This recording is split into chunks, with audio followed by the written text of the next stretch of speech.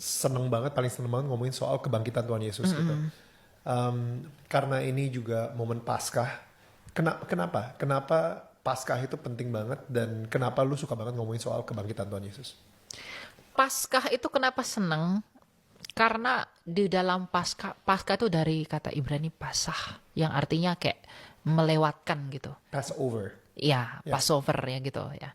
Jadi kayak melewatkan, atau mungkin dalam beberapa ayat Alkitab mungkin lebih sering diartikan menyelamatkan. Oke. Nah, jadi Paskah di Perjanjian Lama itu sebenarnya adalah memperingati keluarnya bangsa Israel dari perbudakan Mesir. Ya. Ya. Kalau Paskahnya orang Kristen, itu memperingati keluarnya manusia dari perbudakan dosa. Right. Dan itu dilakukan oleh siapa? Dilakukan oleh Kristus. Apa yang paling bersuka cita di dunia ini selain daripada keluarnya manusia dari kuasa kematian, yaitu dosa? Tidak ada. Betul. Sekarang kita tanya, ketika orang berkata, oh iman yang ini dan lain sebagainya, siapa orang kaya yang tidak mati? Siapa orang yang dikatakan baik sekali tidak mati? Siapa orang yang bijak sana sekali tidak mati? Semua orang mati. Tapi hanya Yesus yang telah hidup kembali. Nah, jadi di dalam momen Paskah ini harusnya kita terlebih dan sangat-sangat bersuka cita.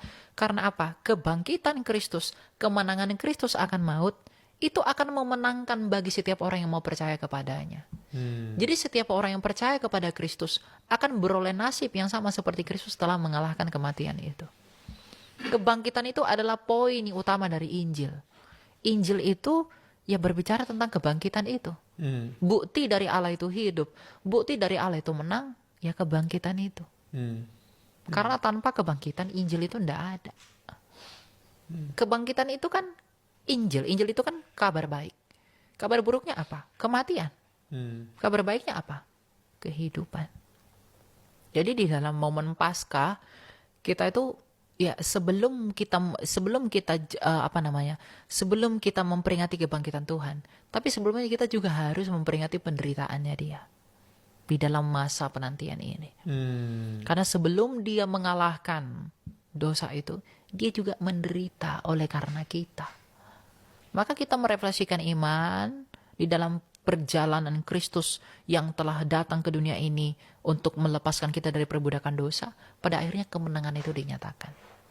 Maka kita di dalam Paskah ini harus merenungkan kembali siapa kita di hadapan Allah. Seperti apa kita di hadapan Tuhan. Apa yang sudah kita lakukan buat kemuliaan Tuhan.